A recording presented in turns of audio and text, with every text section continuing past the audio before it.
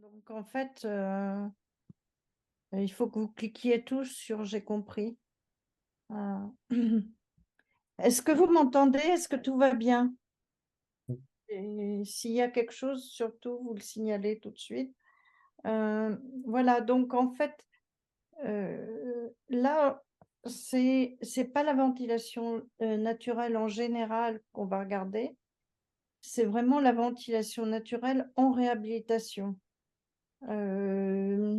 J'ai eu, c'est issu de l'expérience de quelques réhabilitations que j'ai pu faire en ventilation naturelle. Ben, certains auront peut-être des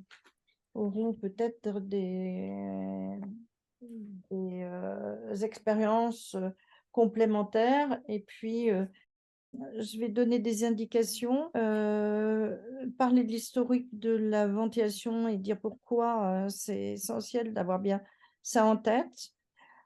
Parler de la tentation d'aller à la ventilation mécanique, donner des indications de dimensionnement et puis voir aussi ben, les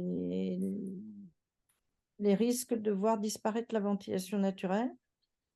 Et terminer, ce sera juste une page sur la ventilation naturelle, ok, mais il faut bien sûr avoir une démarche bioclimatique quand on fait de la ventilation naturelle. Donc voilà le plan de ce que je vais vous dire aujourd'hui. Donc, on a aussi pas mal travaillé sur le fait que nous avons cherché de définir la réhabilitation fogale. Vous le savez tous, c'est offrir des conditions de vie qui répondent aux besoins des usagers et à leurs moyens, leurs aspirations. Limiter l'emploi de ressources, être bienveillant et en accord avec son territoire, et puis conserver un patrimoine culturel. Et quand on dit patrimoine culturel, c'est un bâtiment-lieu, mais à valeur historique, mais pas que, aussi de simples repères dans le temps ou pour l'orientation des riverains et des visiteurs. Donc, on a des bâtiments à qualité architecturale et puis des bâtiments qu'on conserve dans l'espoir de garder de limiter l'emploi des ressources et puis aussi parce que ça a une valeur pour tout l'environnement de ces bâtiments. Une autre façon de le dire, et on rentre dans la réhabilitation. La réhabilitation, c'est ce qu'on nous met en avant, c'est la mise aux normes, notamment l'amélioration énergétique, la réduction de l'insalubrité, et puis on voit l'adaptation au mode de vie et de fonctionnement, l'adaptation au changement d'usage, l'amélioration du confort, des économies d'énergie. Alors aussi du recours à des énergies renouvelables, préservation de la santé, préservation du patrimoine. Mais pour nous, c'est les 4 points que j'avais évoqués tout à l'heure qui sont aussi vraiment très importants. Et mettre en avant les consommations d'énergie, c'est surtout voir les choses dans un petit, par juste un petit côté, à notre avis. Et, et, et puis en plus de ça, là, on va parler de ventilation naturelle. Et ce qui est souvent reproché, c'est les déperditions qu'entraîne la ventilation naturelle. On va en reparler.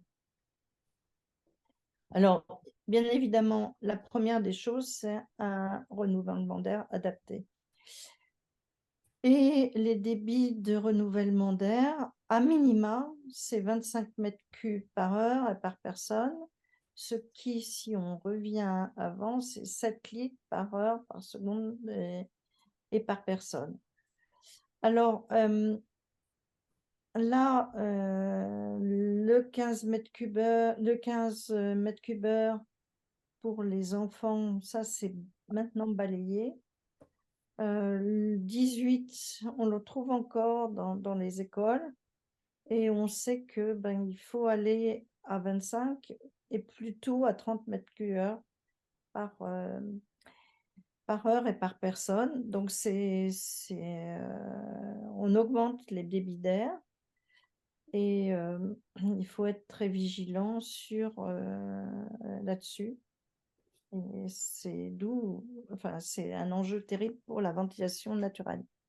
Alors, pour les logements et les bâtiments non résidentiels, et les bâtiments, pour les logements construits avant 69 et les bâtiments non résidentiels, ce maintien de débit d'air, c'est, en période d'occupation.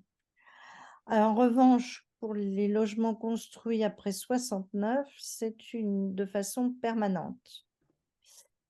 Ça, c'est une différence qui est essentielle quand on se préoccupe de ventilation naturelle.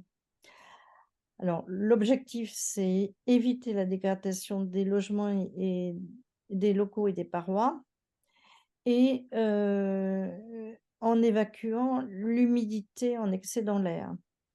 Alors là-dessus, il faut faire bien attention.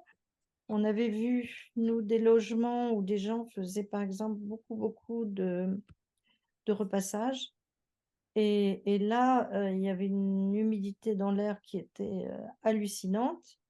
Il est bien évident qu'on réussira jamais à bien balayer, l'humidité quand on a, une production de vapeur qui est une production de process, en fait. Donc on faut bien voir que cette ventilation naturelle, elle s'adresse vraiment à, des locaux dans lequel la production d'humidité est on peut dire normale. En revanche, si elle ne l'est pas, surtout, il faut être extrêmement prudent dans les solutions qu'on peut mettre en place.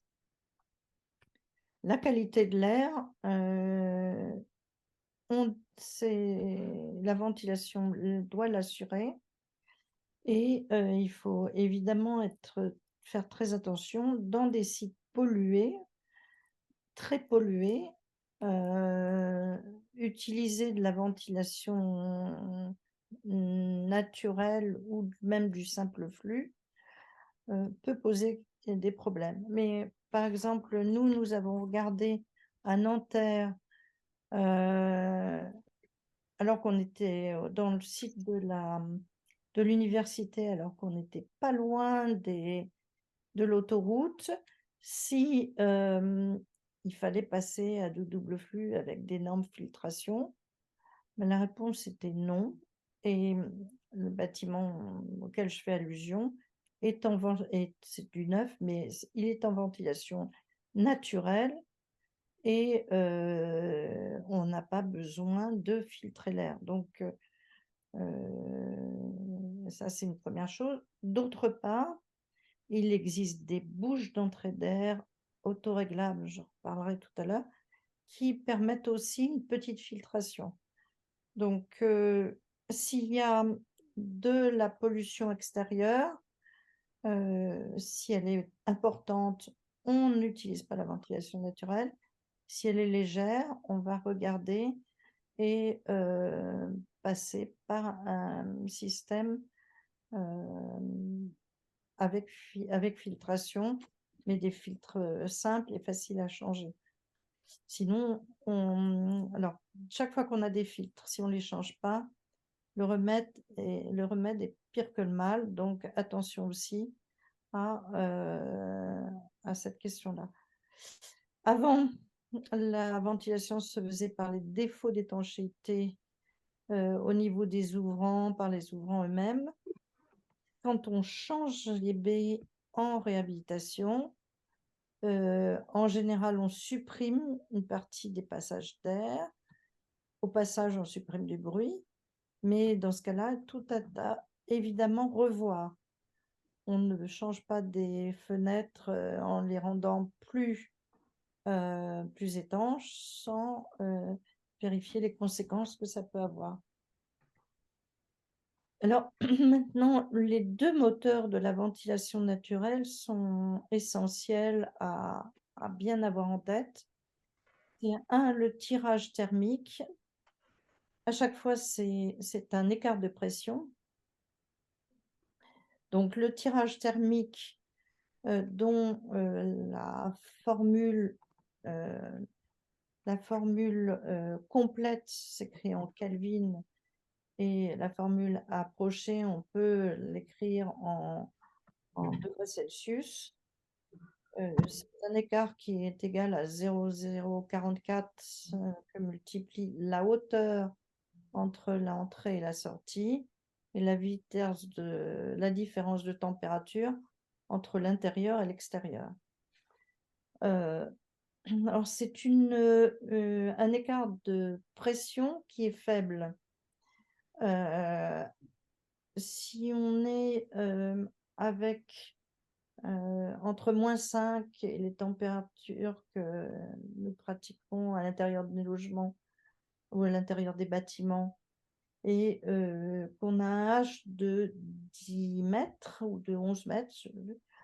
En gros, on est à un peu plus de 7 pascal, d'écart de pression. Donc très faible et c'est un écart qui, en lui seul, ne suffit pas. Il faut être, bien clair là-dessus. Mais on a des dispositifs pour accentuer, le tirage thermique et notamment, notamment par 2 choses. Là, j'ai repris un exemple dans le neuf parce que ces grosses cheminées, comme c'était à Bed-Z, c'est des exemples du neuf, des exemples anglais, parce que les Anglais ont longtemps maintenu la ventilation naturelle comme un moyen de renouvellement d'air. Ils sont arrivés à la ventilation mécanique beaucoup plus tard que nous. Et du coup, ils ont développé des solutions intéressantes. Et ces grosses cheminées, elles sont métalliques.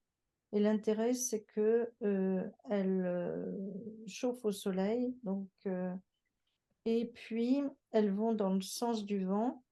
Et du coup, on va avoir un effet, on va cumuler l'effet thermique et l'effet du vent. On peut aussi, en mettant ce qu'on appelle un accélérateur de tirage en haut des sorties d'air, augmenter, la vitesse du transfert. Et dès qu'on augmente la vitesse, on augmente le débit. Donc, et ça, les petits éléments qu'on peut mettre en couverture de, de, de conduit sont très importants. Alors, le deuxième moteur, c'est la pression du vent. Et la pression du vent, c'est une constante multipliée par la pression dynamique du vent qui tient compte de la vitesse du vent. Donc la constante multipliée par le vent au carré divisé par 1,63 ou bien la constante divisée par 1/2 de la masse volumique du vent, de l'air, multipliée par la vitesse au carré. On voit, ce qui est important, c'est que là intervient plus que le vent, c'est le vent au carré. Donc c'est très fort et la plupart du temps, la pression du vent est un moteur majeur par rapport au tirage thermique. Attention toutefois, le C va dépendre de la forme du bâtiment et de l'orientation des façades par rapport au vent. Ce petit schéma que j'ai mis là, c'est un schéma qu'on retrouve dans les règles neige-vent. À certains moments, ça vaut la peine d'aller voir où on est par rapport à l'orientation, par rapport à la, à la forme du bâtiment et l'orientation des façades. Et en tout cas, et puis il faut bien faire attention aussi aux bâtiments qui peuvent faire obstacle au vent et qui peuvent mettre sous le vent, même avec tous les effets, à des endroits où il n'y a plus du tout de vent. Donc pas simplement sous le vent. Alors, on est tranquille quand le bâtiment dont on s'occupe est éloigné de 10 fois la hauteur du bâtiment qui peut arrêter le vent. Oui. Oui, d'accord. Mais en dehors de ça, parce que je ne sais pas c'est comment je peux enlever toutes vos photos. Ah voilà, ça y est. Progressivement, je vais y arriver. Donc, attention, attention à tout ce qui est autour du bâtiment pour le vent. Et voilà. Non. Alors là, maintenant, ouais, c'est bon.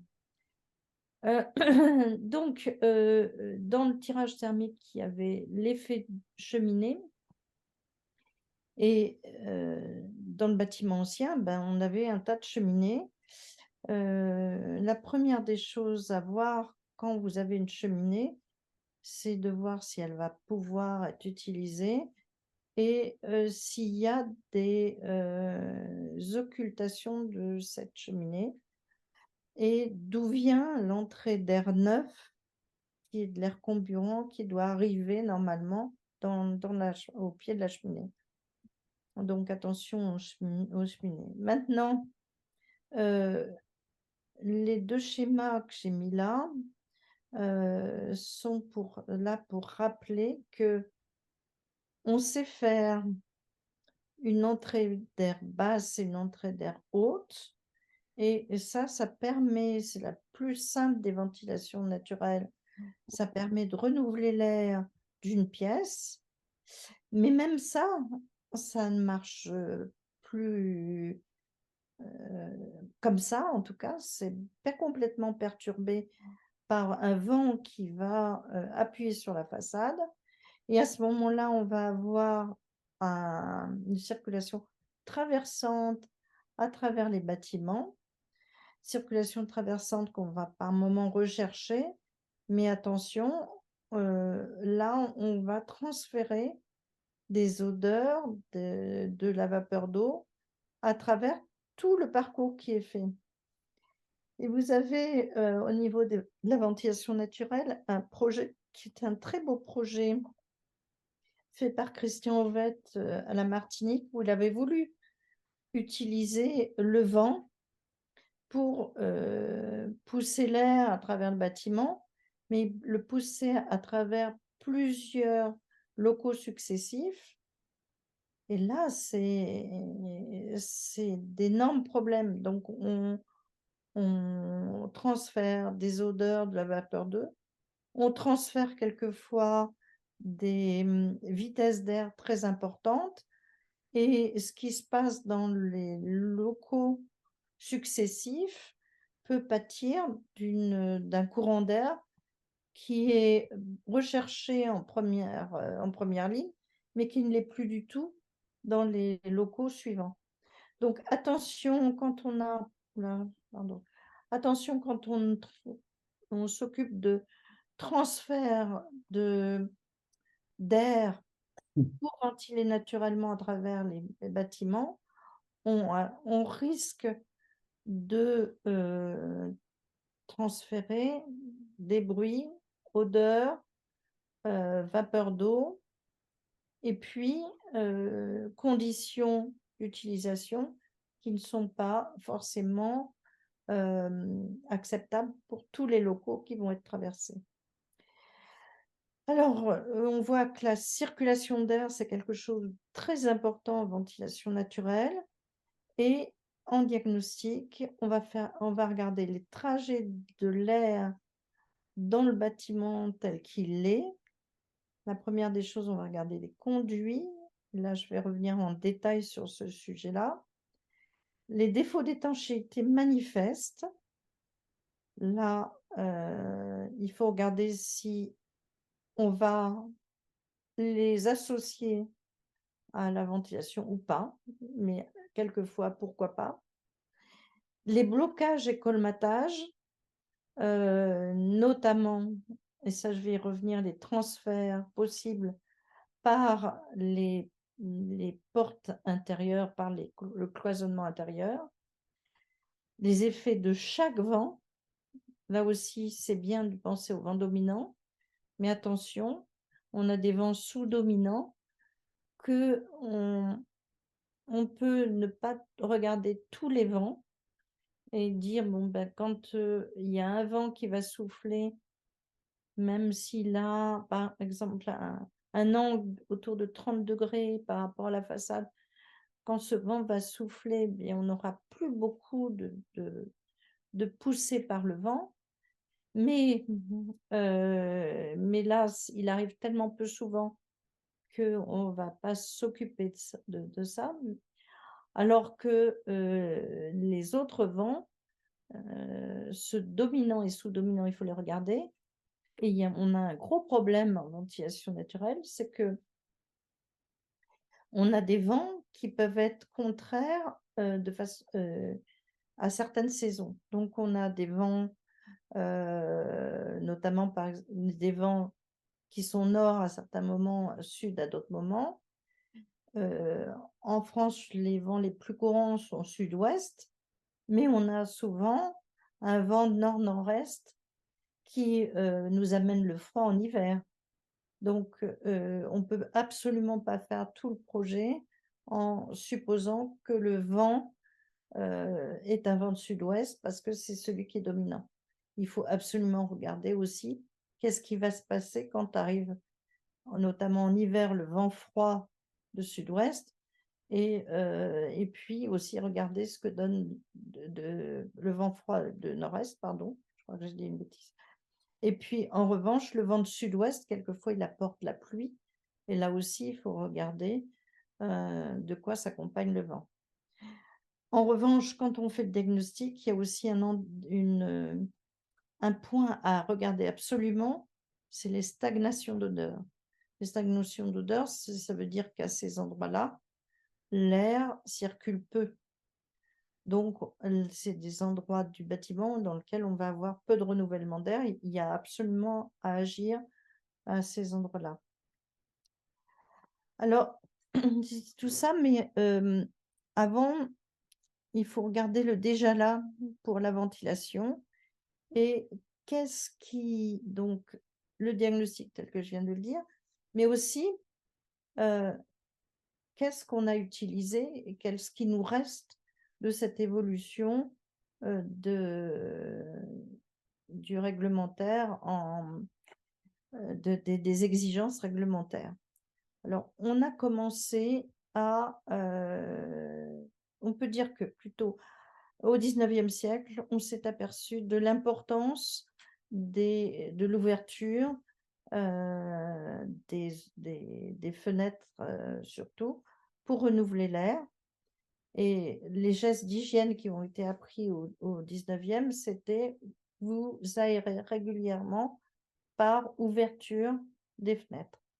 Et puis, le reste du temps, eh bien, la circulation d'air se faisait par les défauts d'étanchéité et puis par des cheminées. Alors, les cheminées de chauffage, elles ont été multipliées à partir de 1813. 1813, c'est le moment où on a fabriqué des boisseaux de cheminée. Et du coup, les cheminées pouvaient être construites de façon facile et pas chère. Et c'est à partir de ce moment-là qu'on a eu une petite cheminée par, pièce.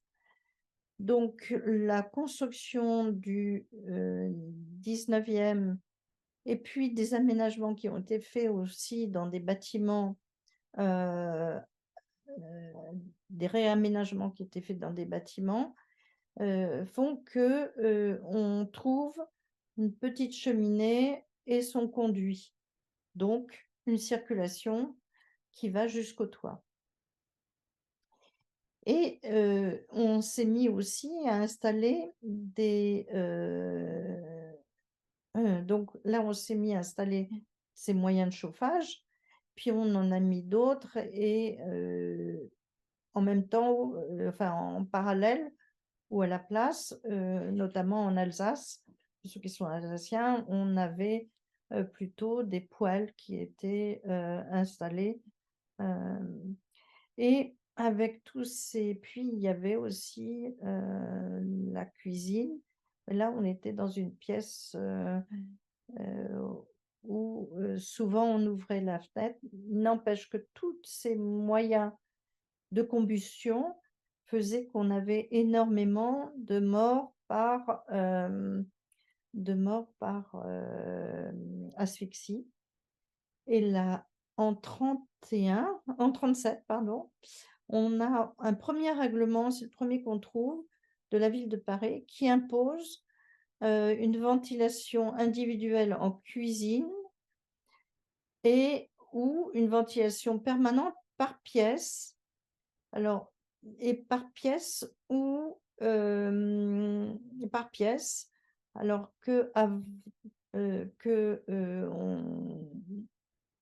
on avait une demande d'une ventilation permanente là où il y avait un organe de chauffage, mais on commence à demander une, ventilation permanente par pièce. Alors qu'est-ce qu'on a trouvé dans, oui, alors là où je me trompais, je suis désolée, c'est que les premiers conduits individuels à partir de 1906 étaient là, pour évacuer des fumées et et donc on avait un conduit de fumée en cuisine et un conduit, de fumée par pièce principale, donc ce que je vous ai raconté avant et là, on demande aussi d'avoir une entrée d'air pour que l'air combiant puisse se faire, que la combustion puisse se faire, pardon. Et donc on est équipé d'une entrée d'air et d'une sortie en toiture. Et ça se généralise et se généralise en ventilation à partir de 37. Et en 37, à partir de 37, et on le voit fortement sur les toits de Paris, on a des flopées de conduits, collés les uns aux autres et il y a un conduit, individuel par, pièce, heu, de service, de façon à ce que l'air rentre dans une pièce principale et sorte par une pièce de service. Mais c'est un simple, éventuellement passant par un couloir, mais c'est une simple circulation, d'air. Et puis, évidemment, ça prenait beaucoup, beaucoup de place. Alors, on a demandé, on a cherché une solution technique et cette solution technique a été de grouper ces circuits d'évacuation d'air en ayant une partie individuelle sur un étage qui rejoint un conduit collectif à l'étage suivant. C'est le shunt. Et le shunt, est plutôt plébiscité à partir de 58 et c'est ce qu'on a appelé la ventilation permanente par pièce. Sachant que évidemment la ventilation, le conduit individuel par pièce reste possible, mais on fait de la place dans le bâti et on regroupe en shunt. Et puis pendant ce temps-là, les Scandinaves mettent au point la ventilation mécanique et à ce moment-là, heu eh bien, on va mettre en pl on va mettre en place le moyen de pousser cette, de pousser cette, non, pardon, voilà. Le moyen de pousser cette technique, ce qui va bien arranger les choses puisqu'en même temps, on est en train de lancer le chauffage électrique parce qu'on rentre dans le nucléaire et que, pour mettre en place le chauffage électrique en 1970, on est content qu'avant, il y ait cette ventilation générale et permanente mécanique qui soit plébiscitée, puisque ça va permettre, par rapport aux ventilations telles que celles se faisaient, de mieux, gérer les déperditions du LR. Et donc, la ventilation générale et permanente est, imposée en logement à partir de 69, d'octobre 69. Elle n'est pas du tout imposée mécaniquement. On peut continuer à faire de la ventilation générale et permanente de façon naturelle, mais derrière, c'est bien l'arrivée d'une technique mécanique, qui pousse à ce changement et qui incite les, heu, incite les fabricants à proposer des systèmes et évidemment, incite à ce que l'utilisation mécanique se multiplie. Et puis, on continue à avoir quand même des débits importants et on se dit: «Ben, comment est-ce qu'on pourrait, réduire un peu cette importance?» Décidément, je me débrouille mal avec les voilà. Heu, qu'est-ce qu'on pourrait faire? Alors la première des choses, ça veut dire de moduler. Bien, c'est peut-être pas nécessaire, par exemple, qu'on ait des grands débits d'air en cuisine tout le temps. Donc la modulation disait, ben, en fait, 1 heure toutes les 12 heures, on peut avoir un grand débit et puis le reste du temps, un débit moindre en cuisine. Donc c'est, le début de la modulation des débits d'air et puis à côté, en 83, là, il y a des ingénieurs, dont le principal est jardinier, qui a réfléchi à la question qui est de réduire encore en se disant: «Mais le principal polluant, qu'on veut évacuer des logements», parce que là, c'est vraiment une réglementation logement, qu'on veut évacuer des logements, c'est la vapeur d'eau.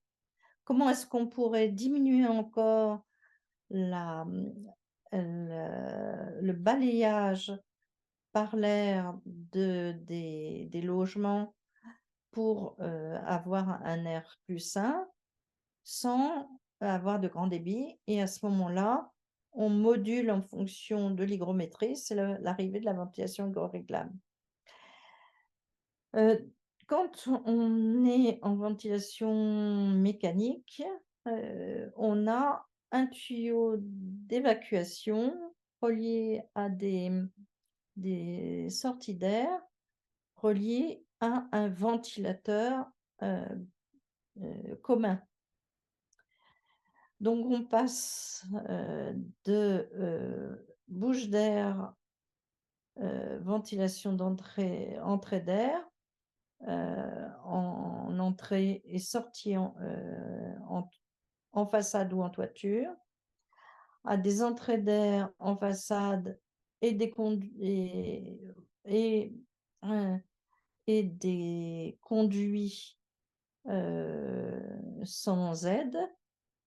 Puis après, des entrées d'air en façade et des conduits reliés à un ventilateur qui va tirer l'air à un avec un écart de pression plus grand et on prend toutes toutes les dispositifs de ventilation mécanique sont calés sur un écart de pression de 20 pascal, alors que on n'a souvent pas ça en ventilation naturelle.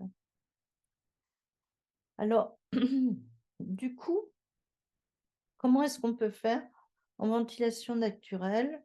J'ai un bâtiment qui est déjà en ventilation naturelle, je vais continuer à avoir cette ventilation naturelle et comment est-ce que je peux faire? Eh bien déjà, heu, la façon et ça c'est le constructeur Anjos qui les pousse chez qui j'ai appris à voir ça, avec qui j'ai vu ça, c'est qu'eux disent: «Ben, en fait, heu, plutôt que de tout tabler sur une différence de pression de 20 pascal, on va tabler sur une différence de pression de 10 pascal».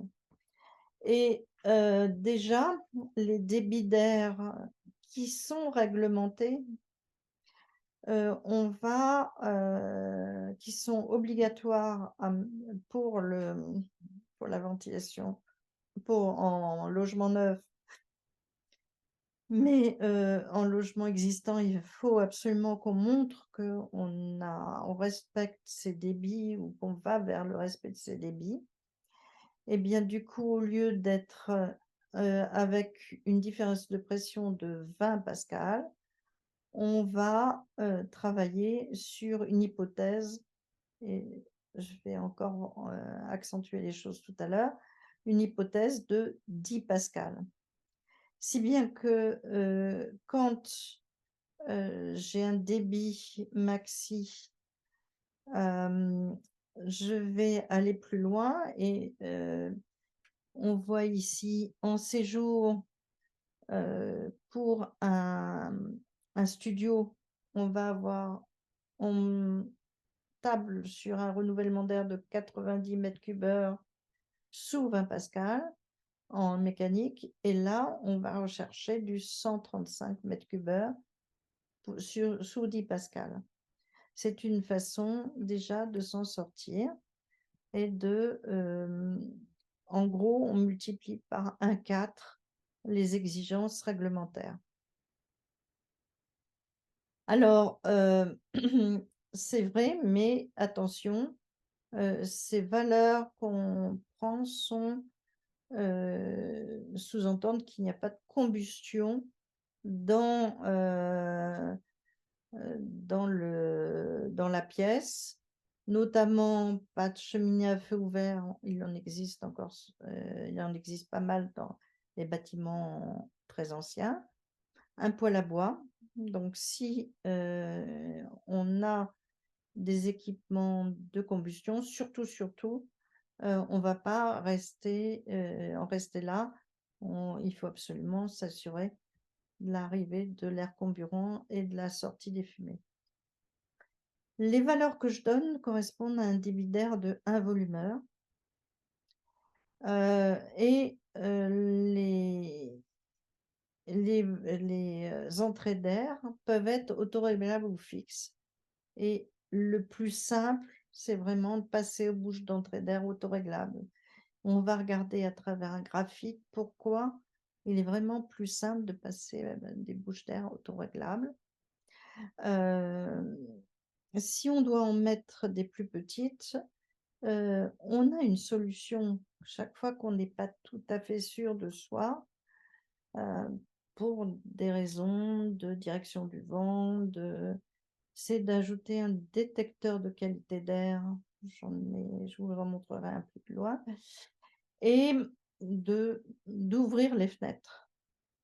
Heu et pour les orifices fixes, le dimensionnement qui est en règle sur le pouce que j'ai pu trouver, c'est qu'avec l'écart de pression de 10 pascal, ça c'est le débit d'air en mètres cubes heure est égal à la section libre, attention, en centimètres carrés.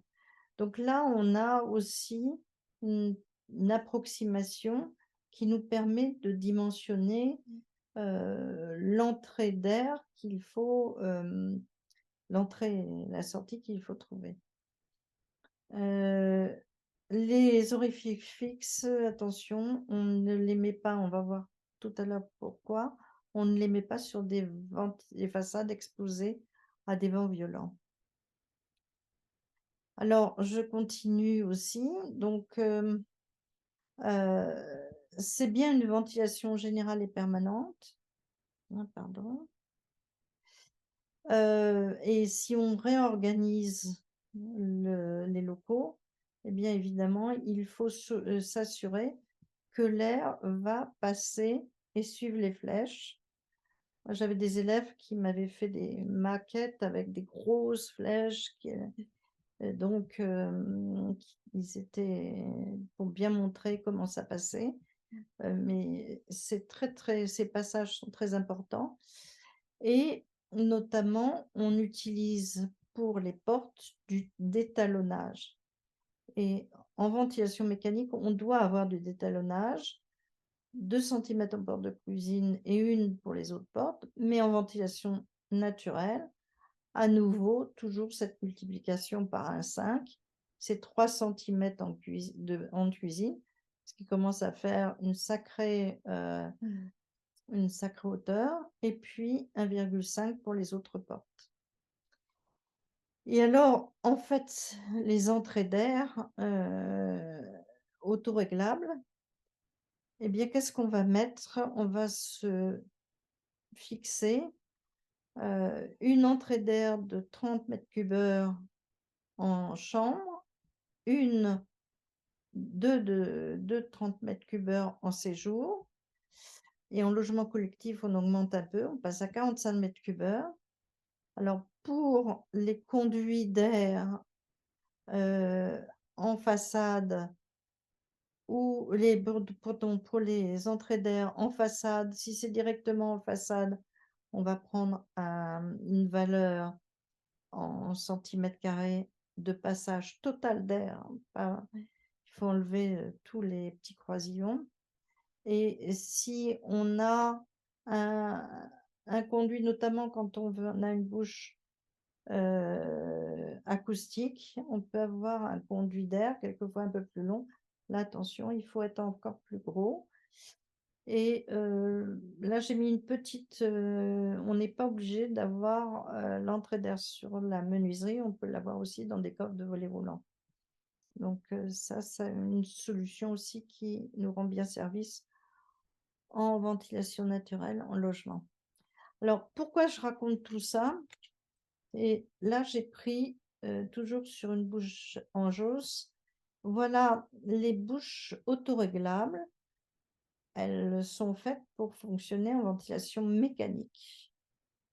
Il y a une norme qui s'applique et quand on regarde le fonctionnement, heu, à 10 pascal, eh bien, on voit qu'on est, moindre.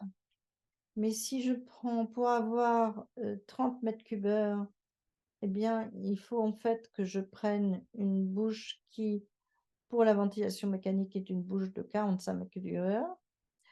Si, je prends une bouche de 30, à ce moment-là, j'ai à peu près 25 m3. Et quand le débit d'air est plus fort parce qu'on a un écart de pression beaucoup plus fort, eh bien, il va passer, si je suis à 25, il va passer 40 m3 à peu près au maximum et si je suis à 30, on monte vers 60 et ça, c'est important pour voir les effets sur les déperditions, mais ce sont des effets qui sont sous l'effet de quelque chose d'aléatoire et de non permanent, qui est la vitesse du vent. Alors moi, j'aime bien aussi, voir que toutes ces bouches d'entrée d'air qui sont pas faciles à intégrer, eh bien, on les a dans différentes couleurs, ce qui nous rend la vie un petit peu plus facile.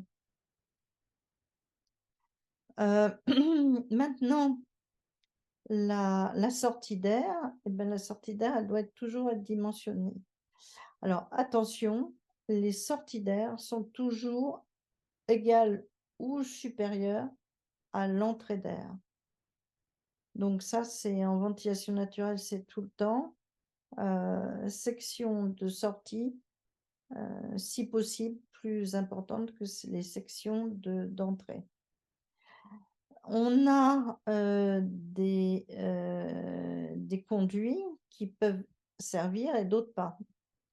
Et bien sûr, on va regarder tout de suite quelle est la section minimale du conduit, son état, je vais y revenir, et est-ce qu'il peut répondre et permettre d'obtenir les débits de rechercher de 30, 50, 60 mètres cubeurs, sachant que il y a par exemple pour les chambres, on peut très bien avoir, on a la sortie d'air qui passe par une salle de bain, mais les entrées d'air sont dans 2 chambres.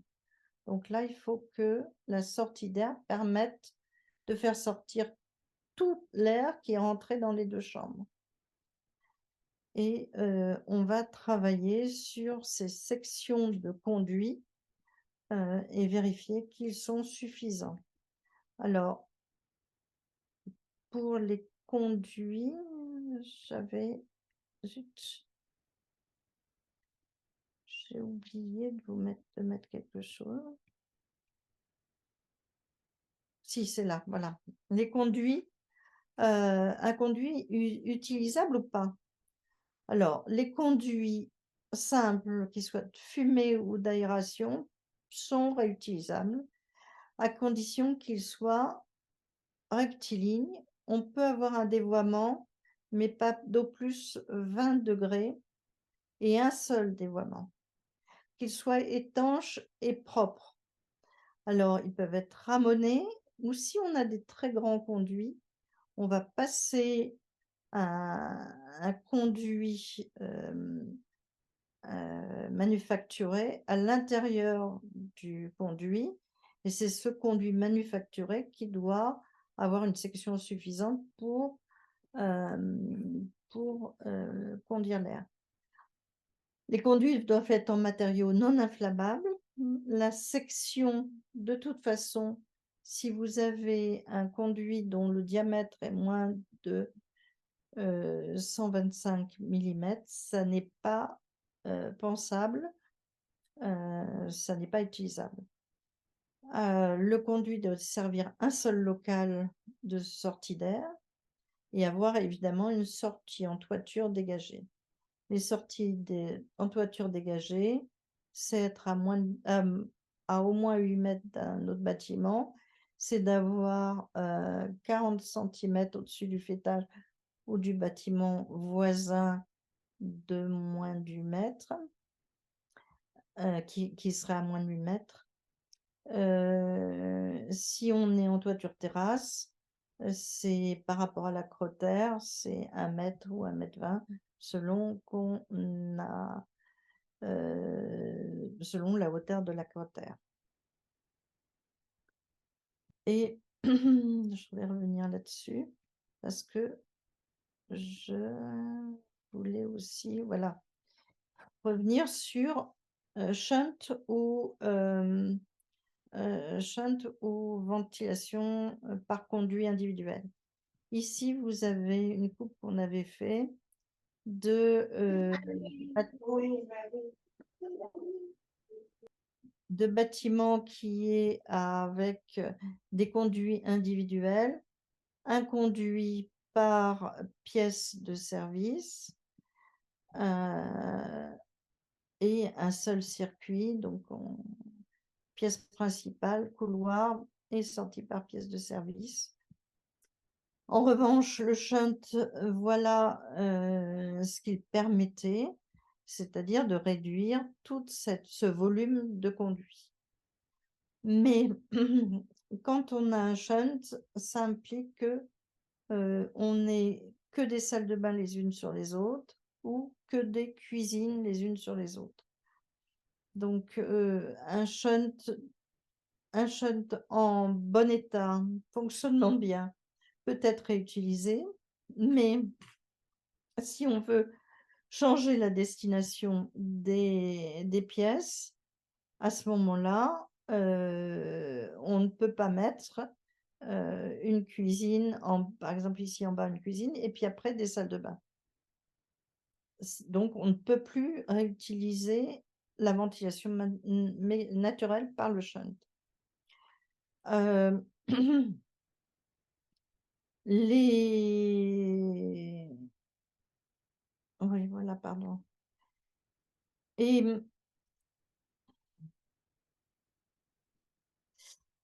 et hem et en revanche, quand, on a, un shunt qui est inutilisable, on va passer en ventilation mécanique parce que la trémie qu'on a n'est pas une trémie adaptée à la ventilation naturelle.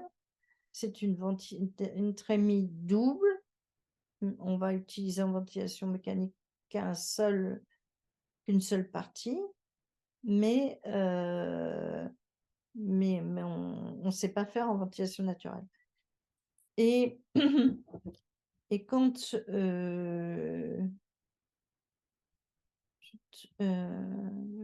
mais quand je passe en ventilation, mécanique, je peux avoir, une cuisine, une salle de bain qu'on relie au tuyau de ventilation mécanique, mais en même temps, le conduit global va quand même contraindre le plan. Donc, j'ai un plan de logement qui, ne peut être conçu qu'en pensant à cette extraction, par cette trémie-là.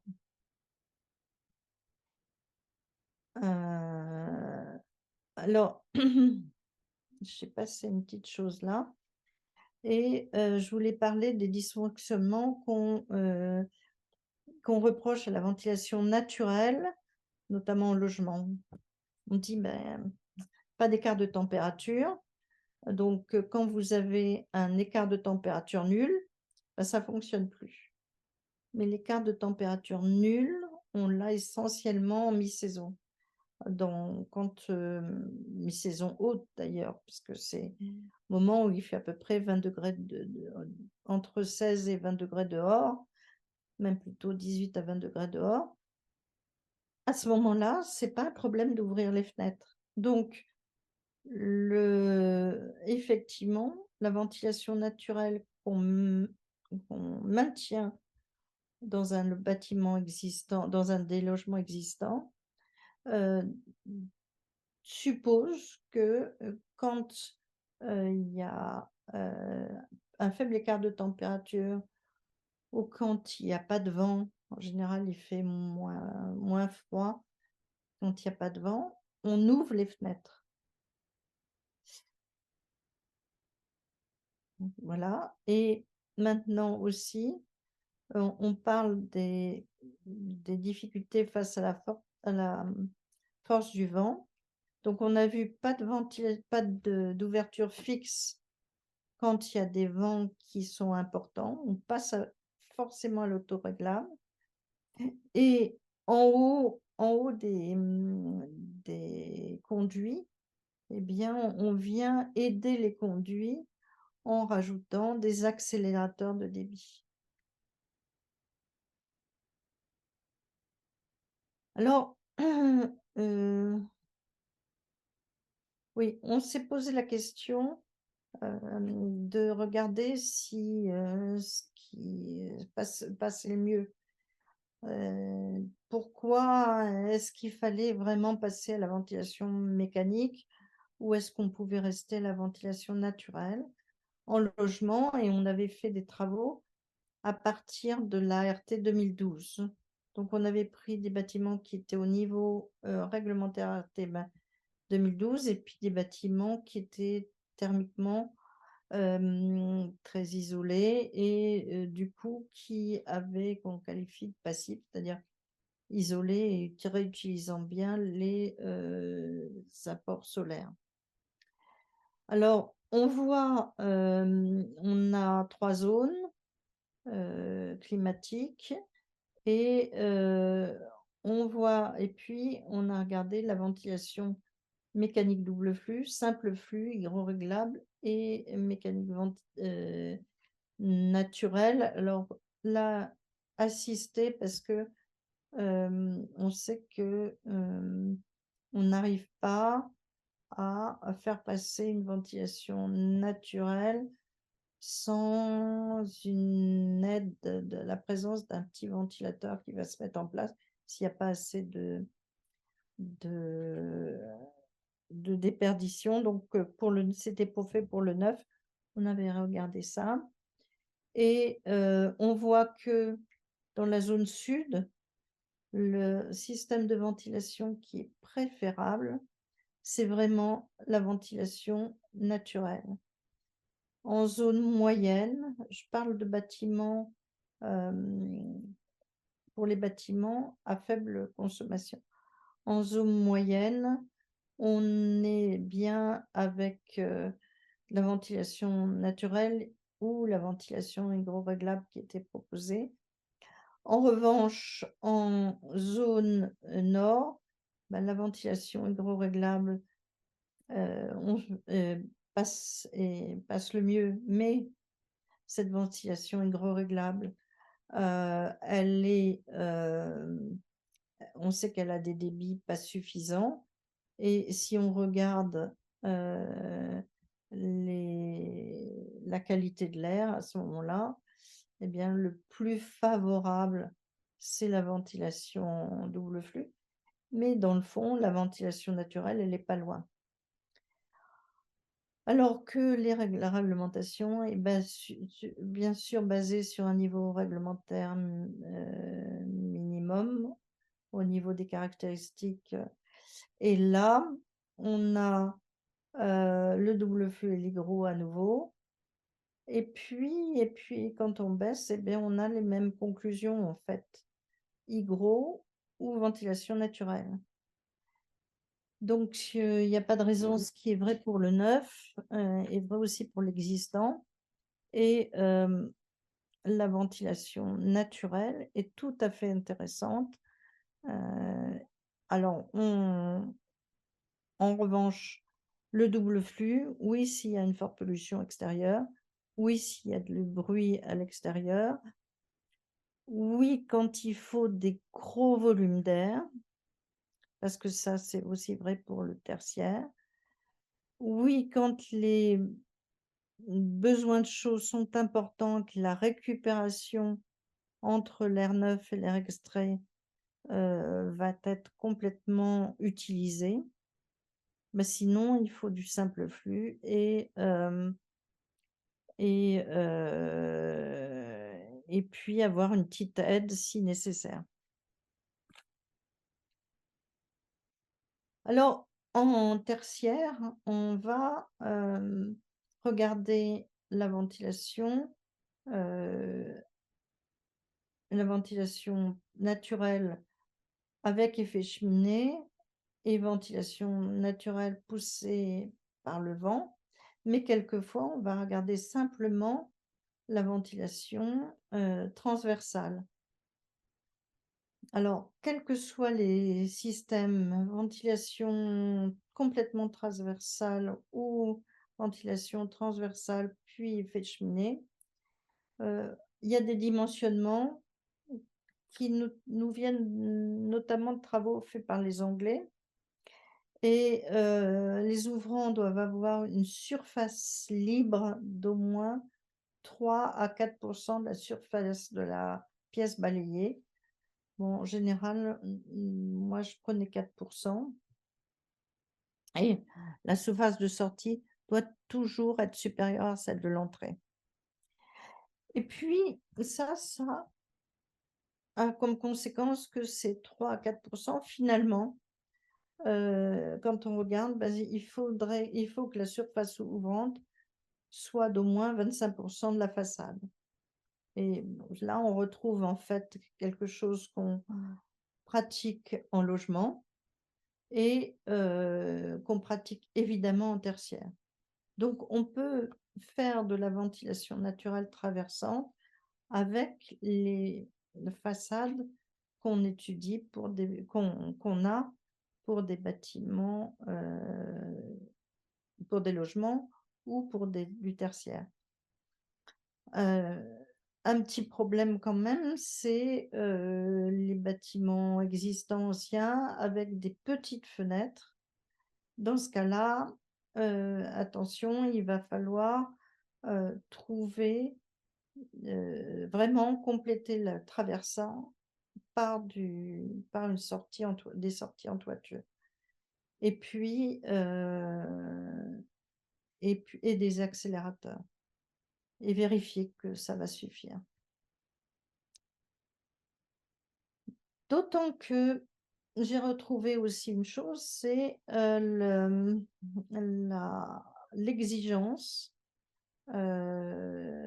du règlement sanitaire départemental type, qui dit, ben, en fait, on peut très bien ventiler par ouverture des portes et fenêtres, à condition qu'on ait 8 mètres cubes de volume par occupant pour les pièces à pollution non spécifique et 5 mètres cubes pour les cabinets d'essence et avec une surface d'ouvrant qui est donnée par une règle et ça, c'est important parce que, notamment quand on doit rénover une salle une salle polyvalente et bien, on peut vraiment, ventiler par ouverture des fenêtres, par ces salles polyvalentes en appliquant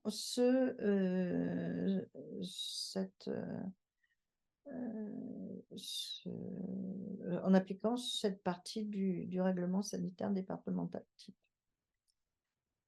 Pour les techniques de ventilation, j'ai cherché, donc je vous ai dit, j'utilise des entrées d'air, autoréglables et puis j'avais regardé, il y a un système, Actis, qui est pas mal du tout, mais Actis, c'est basé sur,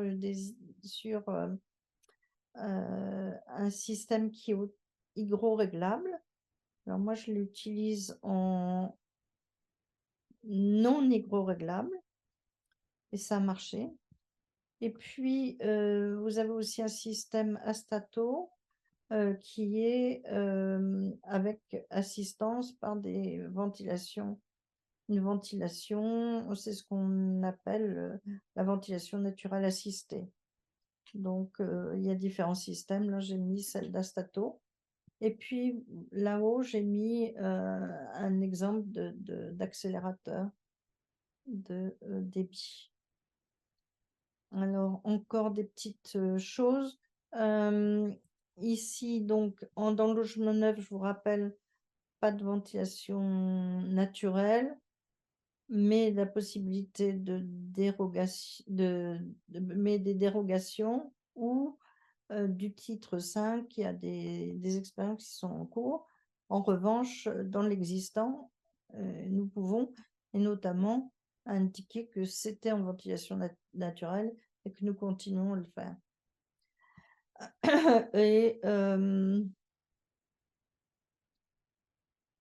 voilà, autrement je vous ai tout dit. Donc là, je vous ai mis exprès un passage de porte. Donc on enlève en général quelques centimètres sous la porte, mais on peut avoir aussi des passages de porte qui sont pas très beaux et qui ont des qualités acoustiques. Et puis les capteurs de CO2, ben, on s'aperçoit qu'on en a et c'est des petites, appareils tout simples et qui prennent pas beaucoup de place. Donc là, c'est celui de Rançon.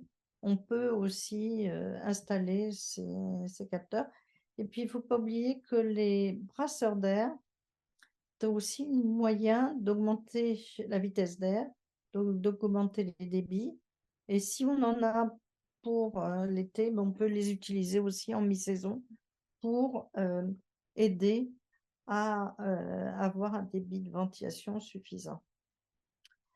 Alors là-dessus, j'ai vu et là je vais vite terminer, mais j'ai regardé tout ce qui pouvait, aller encore plus à l'encontre de la ventilation naturelle et dans la ventilation naturelle, là, on a notamment, le label Effinergie qui propose un système de contrôle du système de ventilation de ventilation.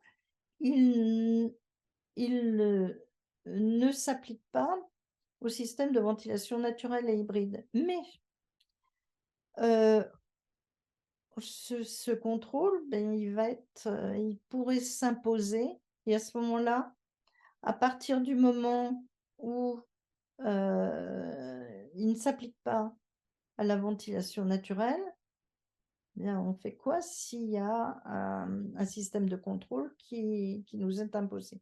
Donc il faut qu'on soit assez vigilant là-dessus. Heu, ça, c'était vraiment pour mémoire, on est dans ce système d'exigence réglementaire, quand on prend les bâtiments existants. La réglementation en existant global, la réglementation élément par élément qui s'applique toujours et puis le décret tertiaire. Alors pour ce qui est de élément par élément, on dit bien que la ventilation naturelle est possible et de toute façon, si on utilise de la ventilation, les ventilateurs ne doivent pas avoir, plus de 30 watts de puissance. Et puis, bien sûr, il faut avoir des entrées d'air dans les pièces principales, ce qui est important et on peut et là, on voit pas bien ce que j'ai mis, mais on peut aussi ajouter des des des entrées d'air supplémentaires et là, c'est carrément même un volet de ventilation. Alors dans, les choses que j'ai trouvées, c'est aussi ce schéma qui vous dit, la réglementation élément par élément, voilà tout ce qu'il faut traiter et on vous dit, de la ventilation mécanique. Or en fait, non, c'est pas vrai et on trouve donc de la littérature qui vous dit: non, non, mais heu, en rénovation élément par élément, ventilation mécanique et non, mais on peut le faire, mais il faut se battre. Alors, le décret tertiaire, ça c'est juste sur le décret tertiaire un rappel, mais qui va être de plus en plus, sévère. Néanmoins, ce qui est assez intéressant, c'est que dans cette, sévérité du décret tertiaire, il y a le fait qu'on prend en compte, le nombre d'occupants, le temps d'occupation et là, en travaillant sur ces points-là, heu, on doit arriver à bien faire le projet ou la rectification de la ventilation naturelle, de façon à s'assurer d'avoir des débits d'air convenables, sachant que, les l'expérience et les montrent que finalement, exactement comme je l'ai montré tout à l'heure sur, les conséquences des choix de ventilation, finalement, en ventilation naturelle, eh bien, on est beaucoup moins mauvais que, on veut nous le dire. Pourquoi? Parce que, heu, on a, des débits d'air qui se modulent et c'est en fait, le débit moyen qu'il faudrait regarder et puis, et in fine, les consommations ne sont pas, avec une ventilation naturelle, ne sont pas rédhibitoires. Alors, les décrets tertiaires va dire qu'il est important d'agir sur des axes d'amélioration, notamment le comportement des occupants et là, avec la ventilation naturelle, il y a des choix qui sont faits, mais si on demande trop aux occupants, qu'on leur demande d'ouvrir la fenêtre, de réfléchir, ça peut être compliqué, heu, si on n'arrive pas à les sensibiliser suffisamment. Donc un point qui peut c'est une carte à jouer. Il va falloir voir comment on arrive à la jouer et puis au niveau de la modernisation, du remplacement des équipements, on considère que la ventilation est un équipement et nous, nous disons: «Mais non, la ventilation, c'est essentiellement du bâti». Et là aussi, on a, aussi une carte à jouer pour, laisser se maintenir la ventilation naturelle. Et bon ça, c'est encore des trucs sur le décret tertiaire, je peux passer. L'autre point sur lequel il faut être vigilant, c'est le carnet d'information du logement, qui est là pour faciliter, accompagner l'amélioration de la performance énergétique ainsi que l'installation d'équipements de contrôle et de gestion active de l'énergie et là aussi, la ventilation naturelle doit être bien expliquée et il importe montrer que ça fonctionne et que, les débits sont respectés. Mais on peut le faire, mais ça demande plus de travail pour incorporer dans le carnet d'information la ventilation naturelle. Parce que normalement, pour ceux qui ont prévu ce carnet, la ventilation naturelle, en logement, ça n'existe pas.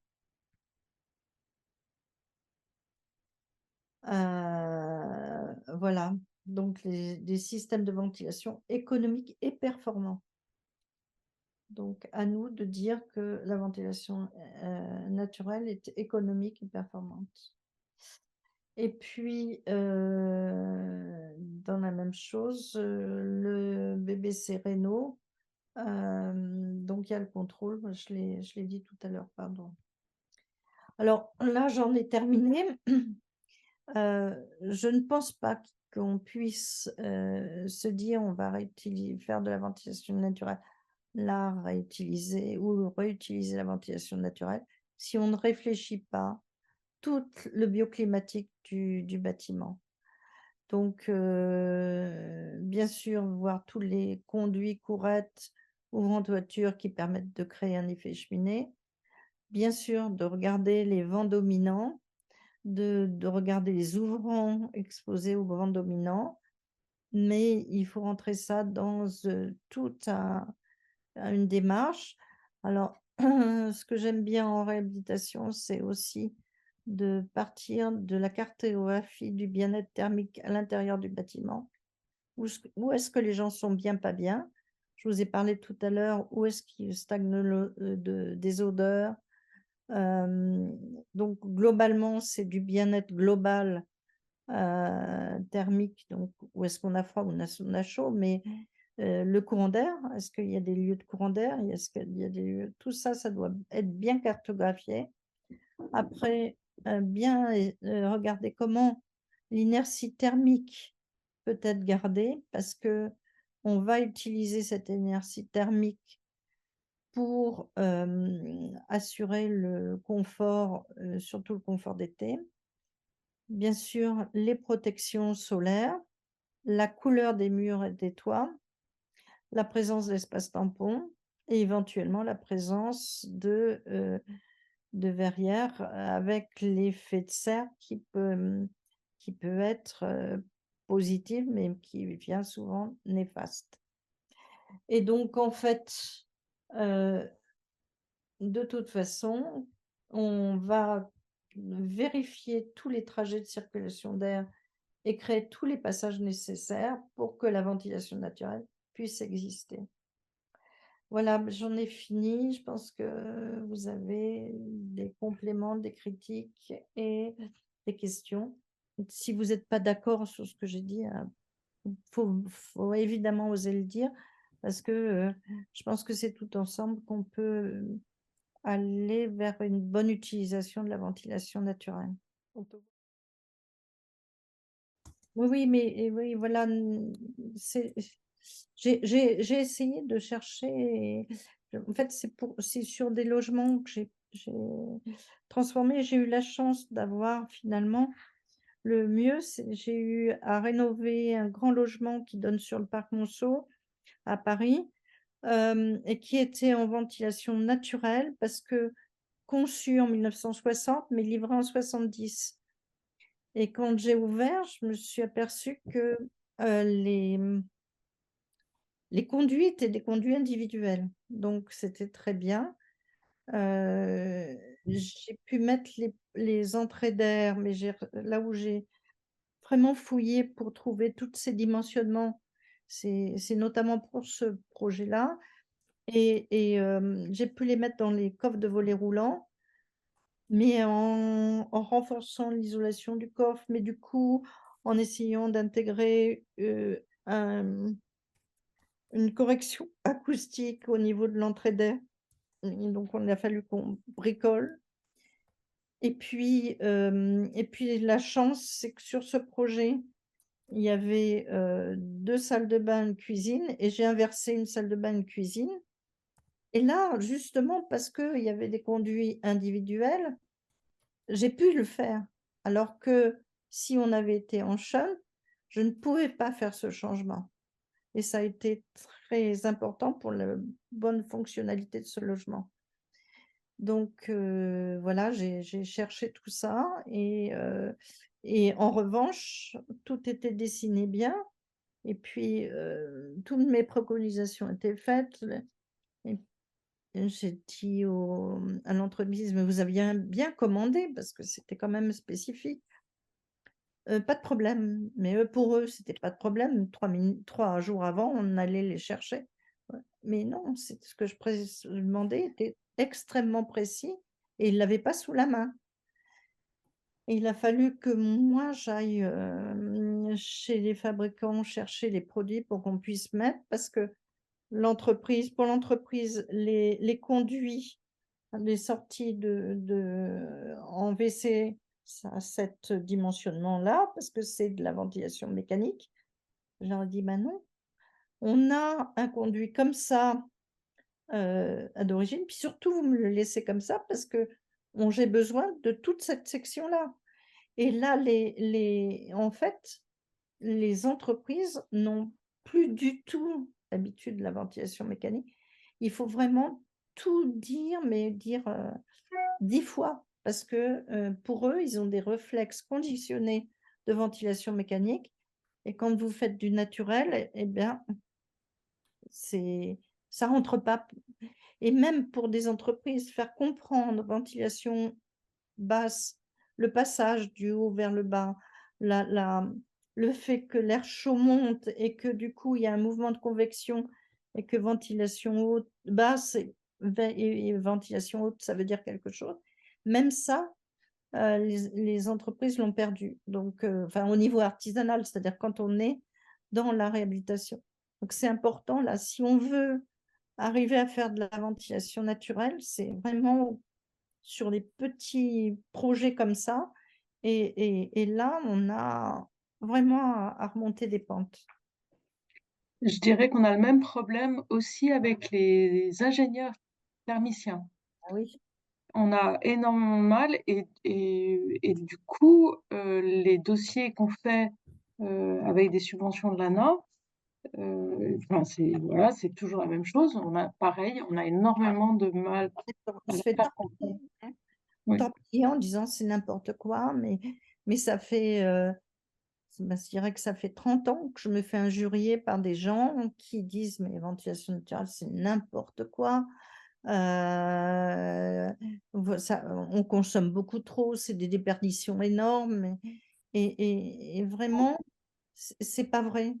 Donc moi j'ai le retour inverse, c'est-à-dire les ingénieurs thermiciens, me disent: «Mais non, c'est pas suffisant». alors là, c'est les débits d'air pas suffisants.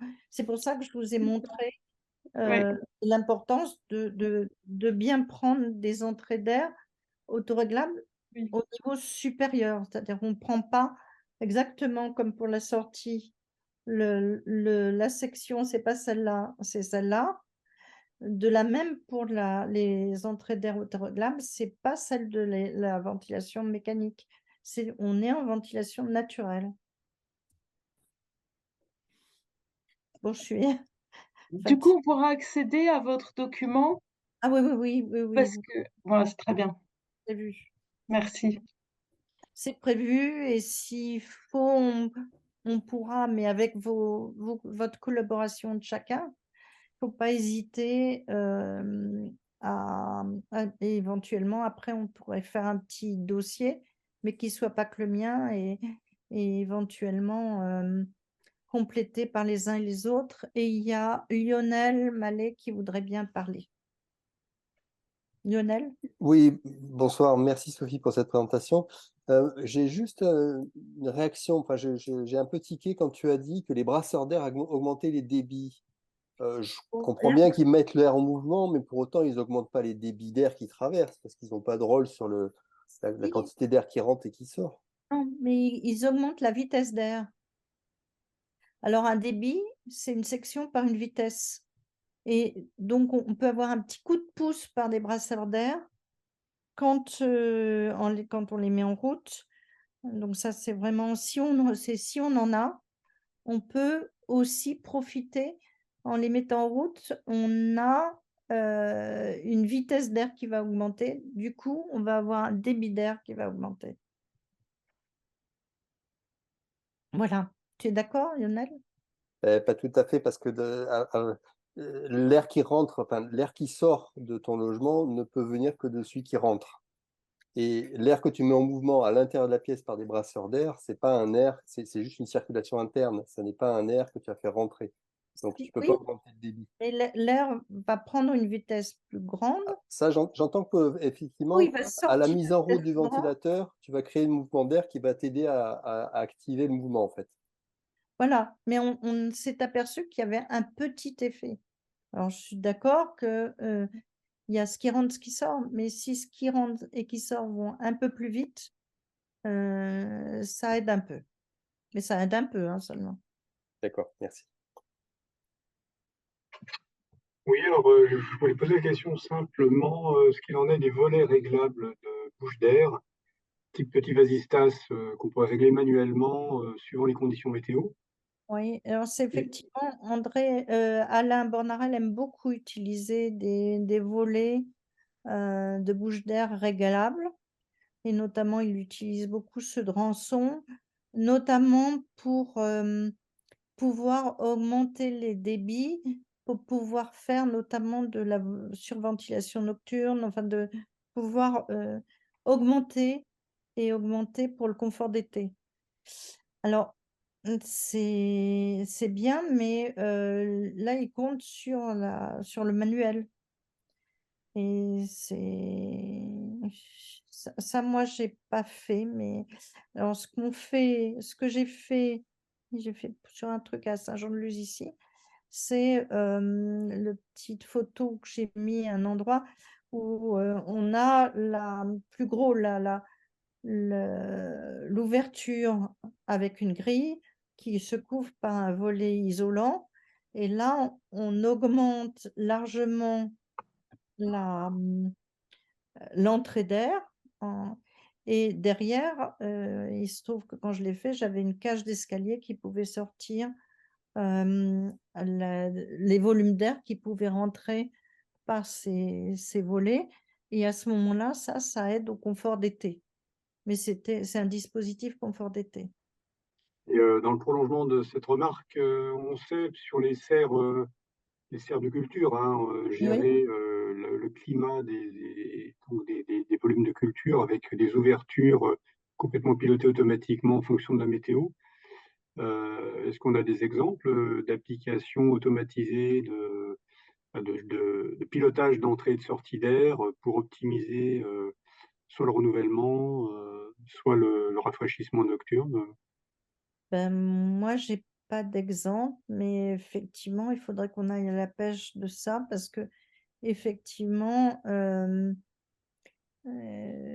c'est la solution donc alors, notamment, il y a des projets qui sont en train de se faire avec ces serres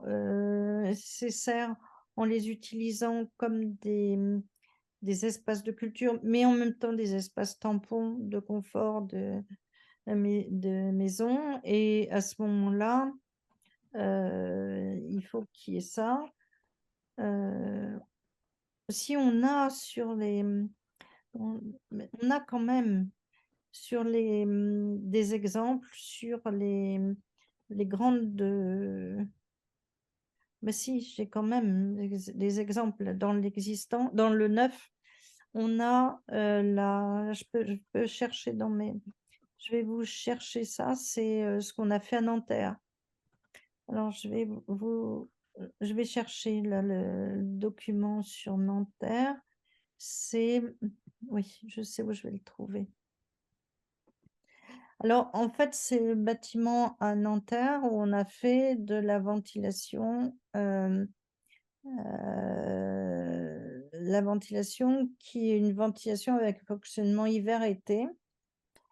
Et donc là-dessus, moi, j'étais programmiste et puis à MOHQE, mais j'ai fait le programme tout le programme et le programme avec la 7, mais un moite-moite. Et puis, j'ai fait aussi le chiffrage économique de ce programme. Puis après, j'ai eu à suivre tout l'étude et puis la réalisation au niveau environnemental. Et l'architecte est Pascal Gontier. Et le bureau d'études, c'est INEX. Et là, il y a une ventilation naturelle, alors qui est aidée par des ventilateurs rustiques qui se mettent en route uniquement quand les pertes de charge sont insuffisantes, quand la pression est insuffisante. Et vous avez ici, ce qui est intéressant, c'est que les entrées d'air sont limitées en hiver et grand ouvert en été. Et en plus, on a des, là j'ai pas sur la photo, mais on a des volets en plus qui s'ouvrent de façon à avoir un petit peu plus d'air et pour rafraîchir, pour avoir la ventilation nocturne. Pardon, j'ai loqué. Et, et donc, en fait, on a un fonctionnement avec quand même un petit peu la détection la détection des débits, des pertes la détection de la différence de pression ici en haut pour que se mettent en route les ventilateurs. Et puis un fonctionnement été-hiver qui quand même voilà, c'est une prise d'air de surventilation qui est motorisée.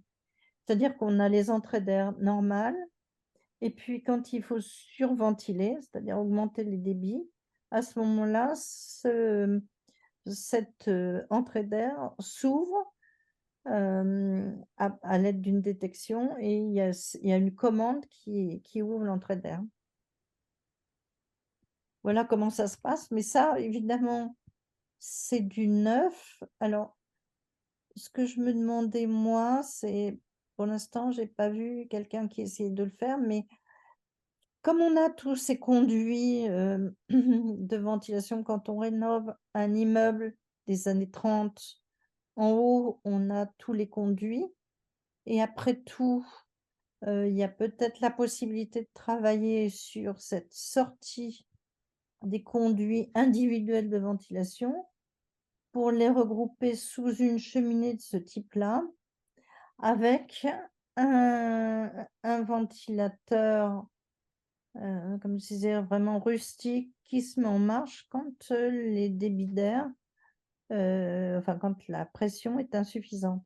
Il y a peut-être, moi je pense qu'il y a quelque chose à trouver là pour les réhabilitations des HBM et autres immeubles. Enfin, Paris en est plein de bâtiments construits entre enfin, les années 30, parce qu'on n'a pas entendu 37 pour le faire, même si ça a été rendu obligatoire en 37. Et puis, donc, entre-temps, en 30 et et même 70, parce qu'on n'a pas fait non plus du Schön partout, on a un tas d'immeubles de logement où il y a des rangées de sorties d'air comme celle, je ne sais pas si vous voyez mon... Oui, on la voit. Donc là, vous avez ici un conduit par bureau. Et tout comme en logement, on a un conduit par cuisine, par salle de bain, etc. Donc qui sortent en toiture. Et là, on pourrait très bien avoir un appareil de ce type qui vient les chapeauter et qui aide à ce que ça soit accéléré. Là, évidemment, on a des grandes cheminées et en haut, il y a cet accélérateur. Alors, c'est le petit accélérateur là-haut qui est pour l'instant fabriqué en Australie parce qu'on n'en a pas commercialisé en France. Peut-être qu'on en a maintenant, je ne sais pas. Enfin, à l'époque, on n'en avait pas et c'est venu d'Australie. Et puis, vous avez aussi un élément ici qui accentue le passage d'air, qui est ici et qui aide aussi à augmenter les débits. Donc, voilà. Et ce qui est intéressant, c'est de voir que la vitesse d'air dans ces cheminées, elle est de 0,4 mètres par seconde. Donc, ça aussi, ça fait partie des choses. Quand on se pose des questions, on peut se dire, bon, si on a 0,4 mètres par seconde, si j'ai un passage qui est, mettons, de 25 centimètres carrés, ben avec ça déjà, quel débit d'air va passer? Et de faire des petites vérifications comme ça sur le pouce, c'est vraiment du sur le pouce, ça. Et de se dire, est-ce que je suis dans les clous ou pas? Et voilà, parce que en ventilation naturelle, on a des vitesses d'air qui sont très basses par rapport à la ventilation mécanique. La ventilation mécanique, c'est quand on souffle, on est à 2 mètres par seconde quand on souffle dans les pièces. Et puis dans les grosses installations, on va à des vitesses qui peuvent 5 mètres par seconde, c'est quand on a des conduits communs, mais en même temps, on dépasse beaucoup. Quand on a des très grosses distributions d'air qui vont donner un tas de réseaux ramifiés. Donc, on part de vitesses d'air très grandes. Mais il faut savoir qu'aux bouches d'air en ventilation mécanique, quand on vous souffle de l'air à la bouche d'air, c'est de l'ordre de 2 mètres par seconde. Et ce 2 mètres par seconde, il vient lécher le plafond des pièces, c'est fait pour ça. Là, il se ralentit, il se mélange avec l'air de la pièce, qui est chaud en général, donc ça évite de l'inconfort. Qui est plus chaud en tout cas, et il se mélange, et puis progressivement, il redescend au centre de la pièce. Et du coup, dans la pièce, on a des vitesses d'air qui vont être, et on essaye de faire que ça dépasse pas 0,2 mètres par seconde en ventilation mécanique. Et en ventilation naturelle, il faut espérer garder sur 0,2 mètres par seconde, mais il y a des moments où, en accentuant un peu les choses, on va passer à 4 mètres par seconde, 0,4 mètres par seconde, et à ce moment-là, on va vers sensation de la sensation de courant d'air, mais si on le fait, on le fait pour l'été, et à ce moment-là, c'est une vitesse d'air un petit peu plus grande qui donne une impression de rafraîchissement.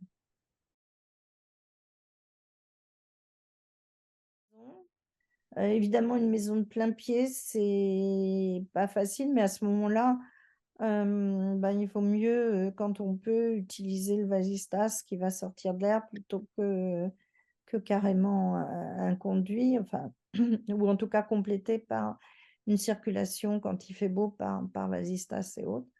Donc, on part des fenêtres qu'on ouvre et puis une ouverture en toiture.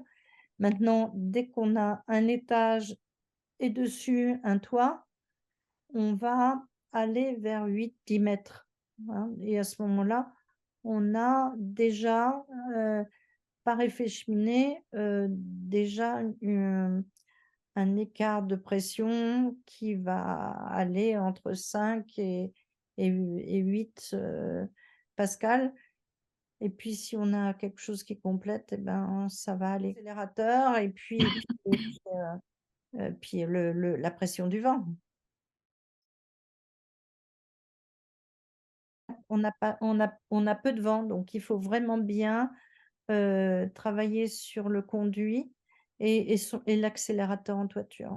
Tu regardes dans la doc, c'est vraiment les petits trucs avec des pales qui peuvent, ça s'échauffe, ce qui crée des écarts de température, augmente l'écart de température, et puis ça se met en mouvement avec le vent.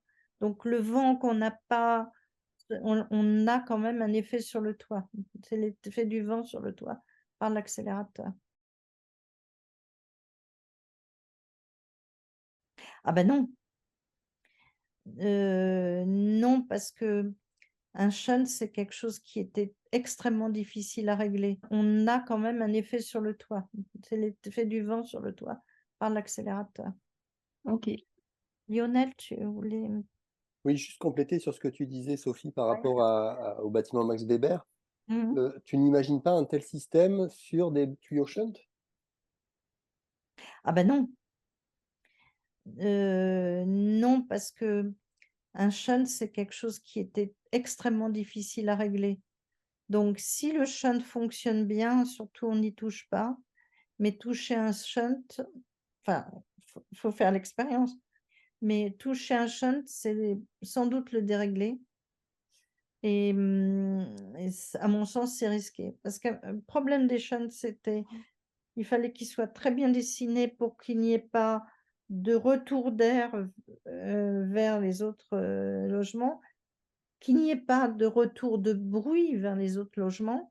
Ouais. Donc, s'il fonctionne, c'est le petit bijou auquel il ne faut pas toucher. Mais s'il toucher, à mon sens, c'est risqué. Mais bon, Pose la question parce qu'en vérité, enfin, à Marseille, il y a aussi beaucoup de toitures dans 3 fenêtres marseillais qui sont équipés enfin, pas de toiture, mais d'appartements qui sont équipés de conduits shunt. Mais en revanche, la plupart sont maintenant inutilisés et bouchés parce qu'on a supprimé les cheminées qui les ouais. utilisaient ou les conduits d'aération.